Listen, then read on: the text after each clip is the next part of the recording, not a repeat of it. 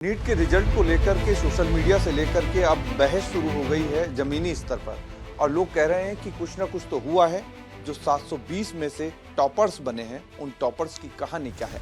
8 बच्चे ऐसे हरियाणा के एक सेंटर झज्जर पर पाए गए जिनके रोल नंबर की सीरीज देखें तो लार्जली वो सिमिलर है। उनके सभी के मार्क्स 720 हैं।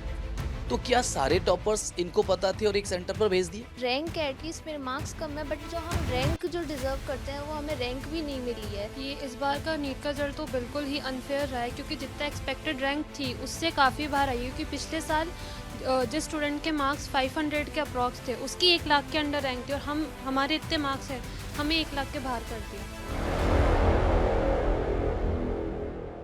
नीट के रिजल्ट को लेकर के सोशल मीडिया से लेकर के अब बहस शुरू हो गई है जमीनी स्तर पर।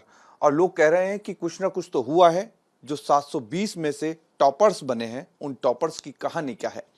दरअसल जब चीजें शुरू सोशल मीडिया पर हुई, उसके बाद जमीनी स्तर पर यह विरोध शुरू हुआ कि आखिर नीट में हुआ ऐसा क्या है जिसकी वजह से बच्चे परेशान हैं। कई बच्चों ने सुसाइड किया है। लेकिन ऐसी स्थिति जब बनती है तो हम एक्सपर्ट के पास भी आए हैं और उन बच्चों के पास भी आए हैं जिन्होंने नीट का एग्जाम दिया है। सर, क्या दिक्कत परेशानी हुई, इस जड़ की वजह क्या थी? क्योंकि भिलाई से ये प्रॉब्लम शुरू हुई, ये खबर उठती है सोशल मीडिया पे भिलाई से, उसके बाद में हरियाणा, फिर कोटा, फिर राजस्थान, ये तमाम चीजें इर्द गिर्द घूम रही है। आपको क्या लगता है कि किस तरीके की मार्किंग होती है? सबसे पहले वो बता दीजिए।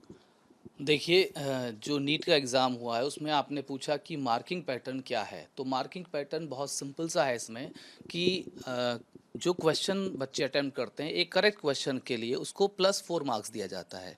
और अगर वो रॉन्ग क्वेश्चन अटेम्प्ट करता है तो आंसर गलत होने पर उसको -1 मार्किंग होती है, यानी 25% नेगेटिव मार्किंग होती है। इस पैटर्न पर अगर हम इवैल्यूएशन करें और उसकी मार्क्स निकालें तो अगर बच्चा 180 पूरे क्वेश्चन सॉल्व कर ले और सारे सही हों तो उसके मार्क्स 720 आने चाहिए। और अगर एक बच्चा एक क्वेश्चन छोड़ देता है तो उसके 716 आने चाहिए। और अगर वो एक क्वेश्चन रॉन्ग अटेम्प्ट करता है तो 715 आने चाहिए।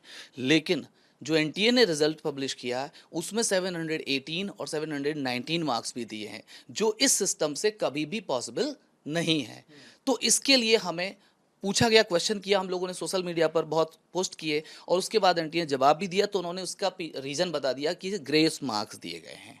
तो ये किसी भी सिस्टम के अकॉर्डिंग तो नहीं आने चाहिए मार्क्स। तो ग्रेस मार्क्स क्या होता है? किस उपलब्धि पे उसे दिया जाता है, या क्या क्या बच्चा एक्स्ट्रा करता है जिसे वो ग्रेस मार्क्स बोलते हैं, या ऐसा ही पैटर्न हर बच्चे के लिए होता है? देखिए, ये नीट के हिस्ट्री में पहली बार हुआ है। ऐसा कभी भी नीट में ग्रेस मार्क्स जैसा कोई सिस्टम नहीं था। और अगर एनटीए को ये ग्रेस मार्क का सिस्टम लगाना था तो इनको, जब एप्लीकेशन फॉर्म इन्होंने विंडो ओपन की थी और प्रोस्पेक्टस रिलीज किया था, तो उसी समय इनको ये भी डिक्लेयर करना चाहिए था कि ऐसी सिचुएशन अगर बनती है तो हम ग्रेस मार्क्स दे सकते हैं। लेकिन ऐसा कुछ भी जानकारी नहीं दी गई थी। तो इससे तो लग रहा है कहीं कुछ गड़बड़ी है। क्या है ये आगे पता चलेगा। अब ग्रेस मार्क इन्होंने जो एक्सप्लेनेशन दिया, जब सोशल मीडिया पर हम सभी ने क्वेश्चन पूछे बच्चों के बिहाफ पर, तो इन्होंने उसका जो एक एक्सप्लेनेशन दिया, एक प्रेस रिलीज करके दी उस दिन। और वो देख करके तो लगा कि इन्होंने बिल्कुल एक एक्सप्लेनेशन क्या, एक बच्चे जो होते हैं ना, छोटे बच्चे, और वो रोते हैं या जिद करते हैं और उस समय उनको एक झुंझुना पकड़ा दिया जाता है, ऐसा कुछ इन्होंने दे दिया। और उस पर इन्होंने कह दिया कि हमने जो बच्चों को टाइम लॉस हुआ उसके अगेंस्ट हमने उनको ग्रेस मार्क्स दिया। और उसका बेस बनाया था इन्होंने, जो कि 2018 में कोर्ट का एक ऑर्डर आया था जिसमें कि क्लेट का एग्ज़ाम था और वो ऑनलाइन एग्ज़ाम था। कई लोग तैयारी कर रहे हैं सुप्रीम कोर्ट में नीट के इस रिजल्ट के बाद में जाने की। राजस्थान से भी बहुत तैयारी हुई कि वो जाने की कोशिश कर रहे हैं, और सब मिल करके जाने की। लेकिन टॉपर्स की स्थिति की बात करें तो टॉपर्स एक ही सेंटर्स के आए। हरियाणा के एक सेंटर, जहाँ पे एक ही सेंटर से बहुत सारे टॉपर्स निकले और उनकी मार्किंग जो थी वो संदेहास्पद थी। ये एक बहुत बड़ा क्वेश्चन मार्क है, क्योंकि एनटीओ को कैसे पता था कि ये सारे टॉपर्स हैं और इनको एक ही सेंटर पे होना चाहिए? पहली चीज़, 8 बच्चे ऐसे हरियाणा के एक सेंटर झज्जर पर पाए गए जिनके रोल नंबर की सीरीज देखें तो लार्जली वो सिमिलर है और उनके सभी के मार्क्स 720 हैं। तो क्या सारे टॉपर्स इनको पता थे और एक सेंटर पर भेज दिए? ये क्वेश्चन मार्क है ना? तो ये क्वेश्चन जो ये स्कैम जैसा जो हमें स्मेल आना शुरू हुई वो इन्हीं बातों से आई कि कहाँ लास्ट ईयर केवल 720 मार्क्स स्कोर करने वाले 3 बच्चे थे और अचानक से 67 हो गए इस बार। तो क्या सारे बच्चे अच्छे बच्चे इस बार पैदा हो गए? तो ये बात समझ में नहीं आई। तो ये एक ज़रूर हमें क्वेश्चन बनता है। और बाद में एक्सप्लेनेशन में उन्होंने ये दिया कि ये 44 बच्चे ग्रेस मार्क्स से गए हैं। आप सोचिए, एक बच्चा तैयारी करता है, उसकी क्या स्थिति है। और मेरे पास ऐसे बहुत सारे एग्जाम्पल हैं। मेरे यहाँ भी एक बच्चे ने तैयारी की जो कि बहुत पुअर फैमिली से बिलोंग करता है। उसके पास एजुकेशन के लिए पैसा नहीं था, लोन लिया, हम लोगों ने भी मदद की उसकी, और वो बच्चा 638 मार्क्स ला रहा है।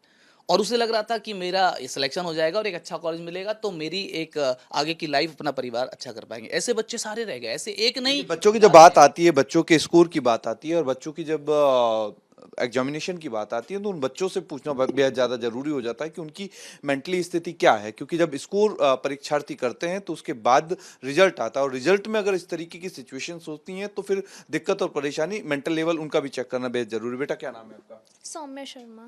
सौम्या, कितना स्कोर किया था इस बार? 390। 390 क्या कम रहा स्कोर, लेकिन जब सिचुएशन इस तरीके की बनी है तो अभी क्या जहन में चल रहा है? कि हम जितना जो हम हमारी जो रैंक है, एटलीस्ट मेरे मार्क्स कम है बट जो हम रैंक जो डिज़र्व करते हैं वो हमें रैंक भी नहीं मिली है। जिससे हमारा जो कॉन्फिडेंस है कि हाँ एटलीस्ट हम बाउंड्री के अंदर तो आ ही जाते कि हाँ कि ठीक है हम आगे एक बार और अगर ड्रॉप करके आगे एक और बार देते, बट हमारी रैंक भी इतनी पीछे है। और मेरी सिस्टर भी है जिनके 638 स्कोर हुआ है, वो भी है जो कि काफ़ी मतलब सैड है इस टाइम पे कि उन्होंने सेकंड ड्रॉप लिया है, उनका फिर भी नहीं हुआ है। मतलब तो हम जो है जो डिजर्व करते हैं वो भी हमें इस बार मिला ही डाउन होता है। बिल्कुल। तो ये जो रिजल्ट आया उसके बाद में कुछ आपके दोस्तों में चर्चा हुई कि ये कुछ अलग तरीके का रिजल्ट्स है? हाँ, रिजल्ट जिस हिसाब से हमने एग्ज़ाम दिया था, एग्ज़ाम तो बहुत मतलब था कि सिंसियर मतलब सिंसियरिटी से था एग्ज़ाम, बट जो रिजल्ट था वो उतना था ही नहीं कि जो हम डिजर्व करते थे। लेकिन बात तो कुछ और छात्राओं से भी करेंगे, कुछ और छात्रों से भी करेंगे। आपने, आपका क्या नाम है? भाविका खांडल।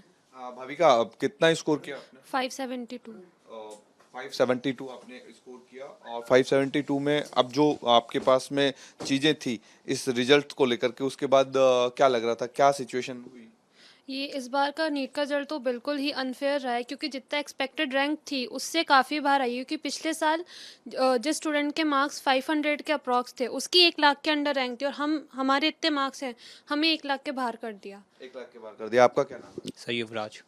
युवराज, स्कोर को लेकर के चीजें चल रही हैं बच्चों के जहन में। आपने भी तैयारी की, कितना स्कोर हुआ आपका? सर मेरा 450। 450 हुआ। तो अभी जब रिजल्ट देखा तो उसके बाद में क्या सबसे पहली जरूरी चीज सामने आई, क्या जहन में आया? सर एक तो मेरे को सबसे ज़्यादा बेकार यही चीज़ लगी कि इतने सारे बच्चों के 720 नंबर आ रहे हैं। जो बच्चे दिल्ली एम्स का सपना देखते हैं उनको भी दिल्ली एम्स नहीं मिल रहा। अब 720 से ज़्यादा नंबर तो बच्चे ला भी नहीं सकते हैं दिल्ली एम्स के लिए। और जैसे अब रैंक भी, जैसे मेरे भी 450 नंबर आए थे तो मेरी रैंक 3,30,000 के आसपास आई थी। तो इतनी ज़्यादा रैंक, इतने सारे बच्चे और एक ही सेंटर पे से इतने सारे रिजल्ट आना, ये तो इम्पॉसिबल है सर। क्या नाम है? सर आशीष। आशीष, क्या कितना स्कोर किया आपने इस बार? सर मेरा 420 के समथिंग आ रहा था पर 400 ही मिले मुझको मार्क्स। 400 में। हाँ। आपका कितना हुआ? सर पीयूष नाम है मेरा, मेरे 102 थे। मेरा ये क्वेश्चन है कि एक ही सेंटर से रेगुलर 720 किसके आ सकते हैं? ये इम्पॉसिबल है। और जो मार्क्स है 700 और 718 एंड 719 ये कभी भी नहीं आ सकते और ये पहली बार हुआ है इससे। पहली बार हुआ है। आपका क्या नाम? प्रियंका चौधरी। प्रियंका, अब किस तरीके का स्कोर आपका रहा? मेरा स्कोर 563 है इस बार नीट में। और आई डोंट थिंक कि ये जो रिज़ल्ट पब्लिश किया है एनटीए ने वो बिल्कुल भी फेयर है। क्योंकि लास्ट ईयर जो रैंक थी 563 पे वो काफ़ी अच्छी रैंक थी और इस बार देखे तो रैंक बिल्कुल भी अच्छी नहीं है। और मतलब आपको लग रहा है कि लास्ट टाइम का जो रिजल्ट था वो फेयर था? लास्ट टाइम का रिजल्ट हम फेयर बोल सकते हैं, मतलब था ही, ऑब्वियस है। और इस बार का रिजल्ट बिल्कुल भी फेयर नहीं है। हर कोई क्वेश्चन मार्क करेगा और क्यों नहीं करेगा। 720 इतने सारे बच्चे कभी नहीं ला सकते, इतना ला रहे हैं, चलो एक बार के लिए मान लेते हैं कि इतने 720 स्कोर की टाइमिंग की अगर मैं बात करूं तो एग्जाम की टाइमिंग कितना होता है? 3 घंटे 20 मिनट की टाइमिंग होती है। हाँ। सर तो उसमें से अगर आप पहला सब्जेक्ट कौन सा क्लियर करना होता है? सर बच्चे के स्टूडेंट टू स्टूडेंट वेरी करता है। अगर आप मेरी बात करोगे तो मैं सबसे पहले अपनी बायोलॉजी कंप्लीट करती हूँ। जस्ट लाइक मैंने जूलॉजी की, then I go to botany. कितना टाइम बायोलॉजी में लगता है आपको? अप्रॉक्स 40 मिनट का टाइम लगता है मेरे को पूरी बायोलॉजी करने के लिए। Botany botany, biology, zoology plus botany के अंदर मेरे को 40 मिनट का टाइम लगता है। हाँ, उसके बाद फिजिक्स, उसके बाद मैं केमिस्ट्री पे केमिस्ट्री आती है। हाँ, केमिस्ट्री को मैं ऑलमोस्ट 40 से 1 घंटा उसके अंदर भी मेरे को लग जाता है। उसके बाद 1 घंटा मेरा पूरा फिजिक्स में जाता है ताकि मैं उसको वो कर पाऊँ, और फिर लास्ट के 20 मिनट्स बचते हैं, मैं उसके अंदर अपनी OMR फिलिंग करती हूँ लास्ट में जा करके। तो सर अगर आप ऐसे बोलोगे कि 3 घंटा 20 मिनट उसके लिए सही टाइम है, बोल सकते हैं, क्योंकि इस साल से तो तब भी हम लोग बोल सकते हैं कि हमारे को 20 मिनट्स एक्स्ट्रा मिलते हैं। पहले तो हमारे को केवल 3 घंटे मिलते थे उस पेपर को करने के लिए। और मार्किंग की अगर मैं बात करूं तो मार्किंग का लेवल जो होता है वो किस तरीके से, क्योंकि आप तो जब एग्जाम देते हैं तो आपको उसका टाइमिंग सब कुछ सिखाया जाता है कि किस तरीके का मार्किंग होगा, किस लेवल की चीज़ें होती हैं। हाँ सर, अगर मार्किंग यही जो सर ने बताया कि अगर हम सही क्वेश्चन करते हैं तो हमें +4 मार्क्स मिलता है, अगर हम गलत क्वेश्चन करते हैं तो हमारे 1 मार्क्स नेगेटिव जाता है, तो -5 मार्क्स होते हैं, और अगर हम छोड़ देते हैं तो हमारे 4 मार्क्स ही कटते हैं। तो पॉसिबिलिटी है कि 720 में से जिस तरीके का स्कोर टॉपर्स ने लिया और जिनकी वजह से दिक्कतें हो रही हैं, जिसकी वजह से कन्फ्यूजन हो रही है, तो वो संभव है?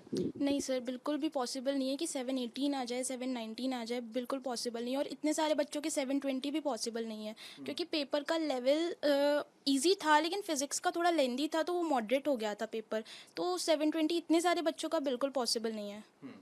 तो बच्चों का कहना है कि पॉसिबिलिटी इस तरीके की नहीं है कि 720 में से इस तरीके के मार्क्स आ जाएं और एक ही जगह के टॉपर जो हैं, एक ही सेंटर के टॉपर जो हैं, वो इतनी बड़ी तादाद में निकल के सामने आए कि जो अपने सपनों को साकार कर सकें। लेकिन लाखों बच्चे ऐसे हैं जिन्होंने अब इस परीक्षा के रिजल्ट पर क्वेश्चन मार्क लगा दिया है। सफलता किसकी है और असफलताओं के पीछे कौन है, ये तमाम चीज़ें वो सवालों को खड़ा कर रही हैं जो अभी फिलहाल धरातल पर है। लड़ाई जमीनी स्तर से लेकर के सुप्रीम कोर्ट की तरफ भी जा रही है, लेकिन देखना दिलचस्प होगा कि परिणाम कब, कहां, कैसे चेंज होते हैं। वीडियो जर्नलिस्ट महेश के साथ अमरदीप शर्मा, रिपब्लिक टीवी, जयपुर।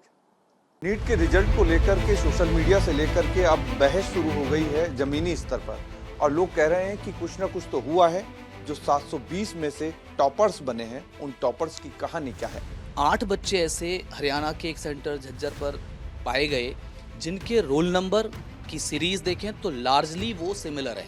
उनके सभी के मार्क्स 720 है।